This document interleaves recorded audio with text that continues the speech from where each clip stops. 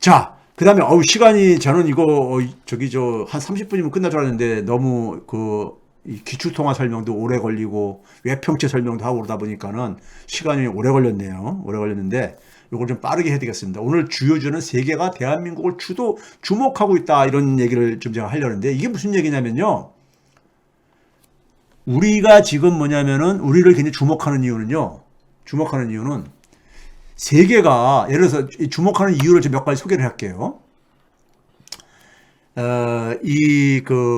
미국의 그러니까 보수적인 싱크탱크인데 아메리칸 컨저버티브라고 이 전 편집장 이 잡지사에 다니엘 레리슨 박사라고 시카고 대학 역사학 박사 출신인데 여기 이제 퀸시 연구소에다가 이제는 기고한 글에서 이제 그러니까는 이 두 후보를 이제 평하면서 미국 입장에서 볼 때 과거 미국이 국력이 굉장히 아주 좋았을 때 지금보다 그때는 그러니까는 말 잘 듣는 푸들들을 원했죠.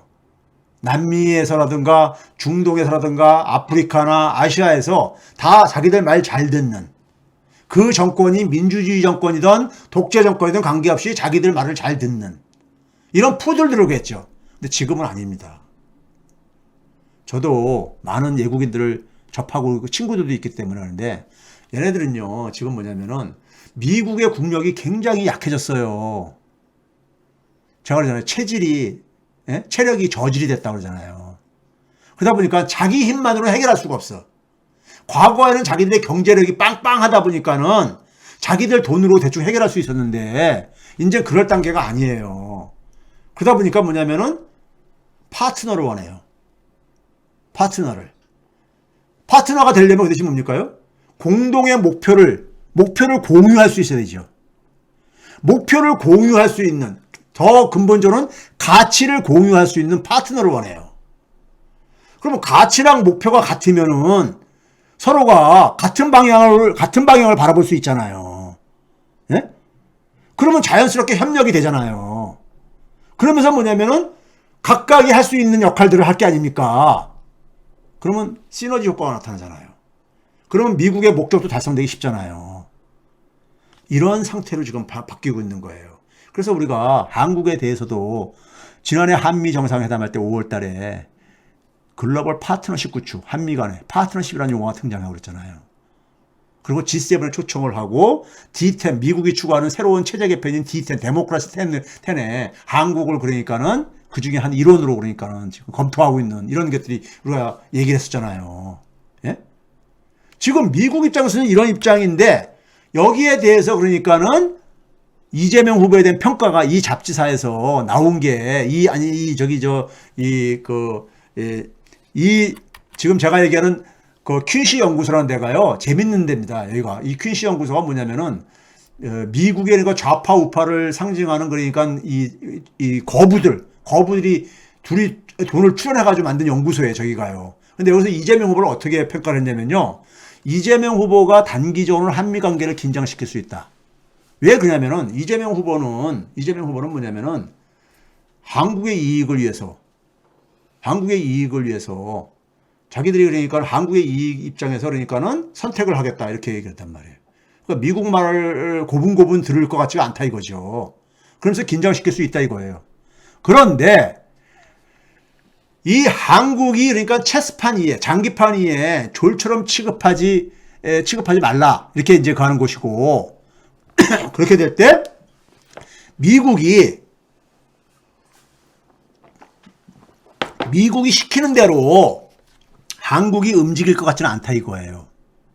그런데 문제는 뭐냐면은 한국과 미국이 그러니까는 서로가 바라보는 방향이 같다면은 가치와 목표를 공유할 수 있다면은 더 유용한 파트너가 될 수 있을 거라 이거예요. 오히려 더.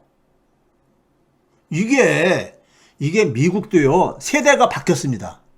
과거 그러니까 60년대, 70년대, 80년대 그러니까는 살던 그 당시에 세대들은요 미국의 그 강력한 힘에 기초한 외교 관계를 국제 관계를 했다면요 지금 21세기에 지금 그러니까는 소위 40대, 50대 이런 계층들은 소위 21세기에 변화되는 것을 다들 알고 있는 거예요.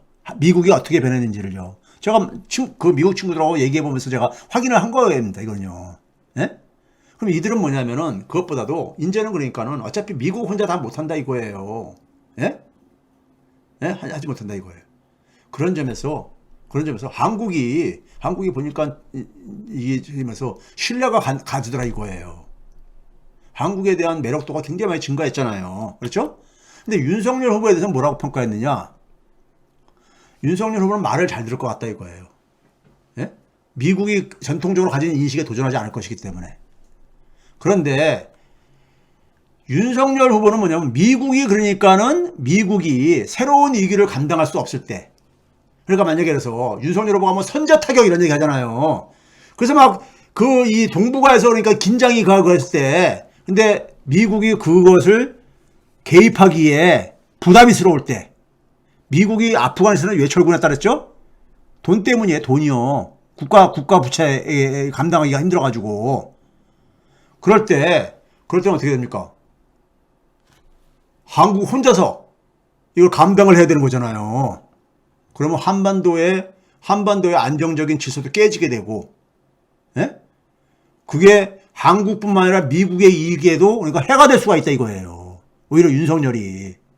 이게 지금 근데 우리나라 야당이나 조선일보 조중동들은요 여전히 뭐냐면은 과거 7, 80년대에 그러니까는 미국이 원하는 그러니까는 푸들 이거를 그러니까 이 관점에서 얘기를 하고 있는 거예요. 이 관점에서. 예? 이 관점에서. 그래서 민주당 정부 들어서면은 미국하고 한미동맹이 약화됐다. 그런데 약화되긴 뭐가 약화돼요? 지금 어느 때보다 좋은데. 문재인 정부하고 지금 미국과의 관계가요. 예? 자, 이런 거. 그 다음에 제가 지금 보는 거는 뭐냐면요. 세계가 주목하는 이유가 뭐냐면은 대한민국의 이번에 이 선거의 결과가 대한민국의 민주주의를 결정하는 건데 대한민국의 민주주의가 새로운 단계로 그러니까 업그레이드 될 수 있다고 보는 거예요. 민주주의를 굉장히 중요하게 생각합니다. 선진국가나 주요 국가들은요. 민주주의가 얼마나 중요한지 알기 때문에 대한민국의 민주주의 모델이 수출될 수가 있는 이런 굉장히 중요한 지금 국면입니다. 그 이유가 뭐냐면은 예를 들어서 여러분들도 아마 이거 국내 보도를 통해서 봤을 거예요. 독일에 그러니까 우리가 유력 주간지인 그러니까 짜이트라고 있죠. 여기서 뭐냐면은 이 제목이 독일어로 돼 있어서 가겠지만은 청년 기본소득이라는 겁니다. 제목이 청년 기본소득이에요.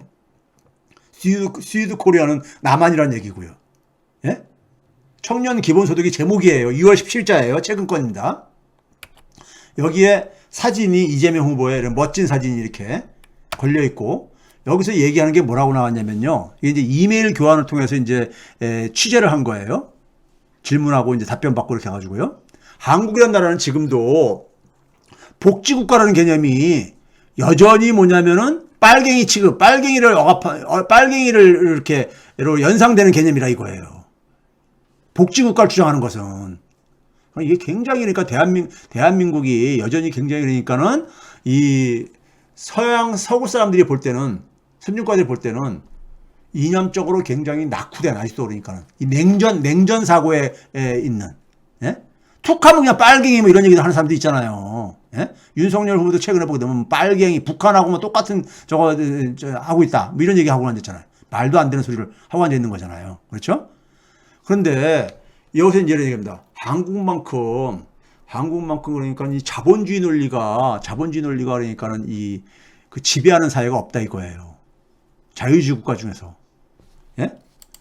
굉장히 그 자본주의의 그 경쟁의 논리라든가 자본의 논리가 굉장히 강한 나라라 이거예요.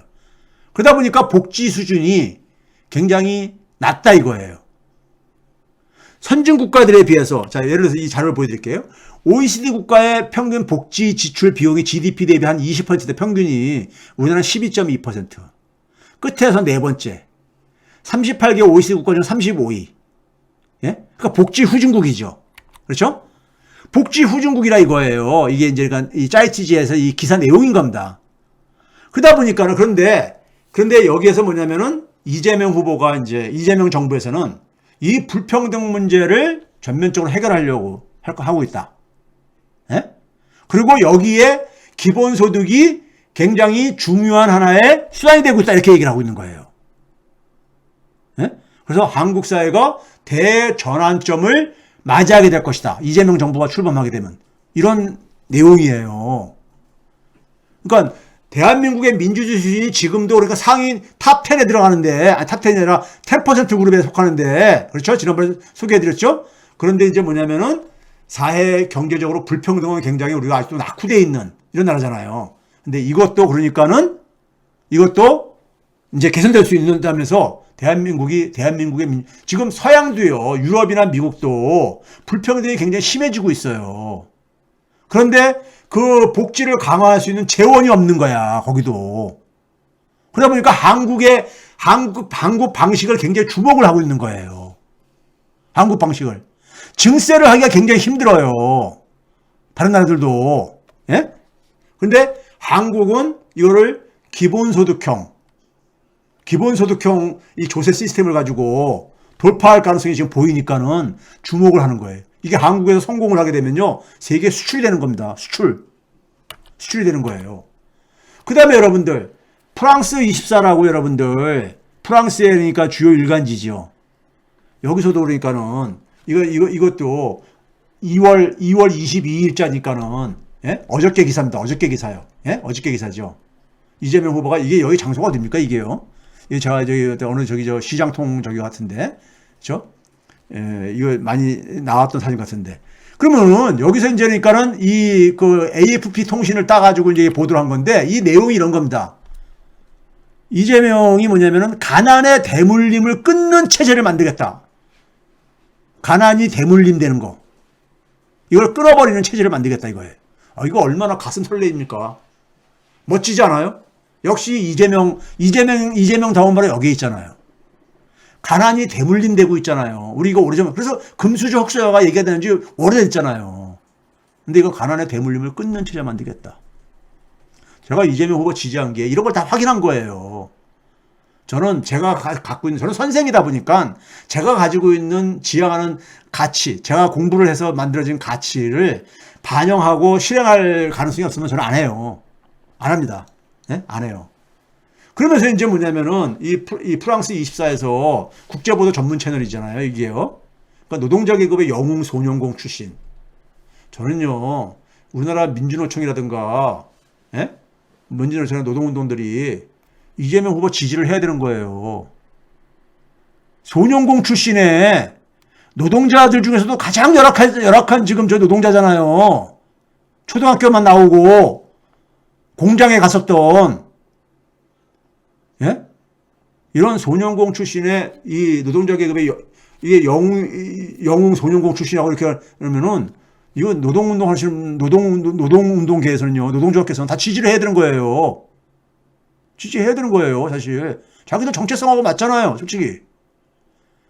그래서 뭐라고 했냐면은 이 기사에서 이 채널에서 뭐라고 했냐면요, 불평등을 바로잡을 수 있는 최적의 인물. 예?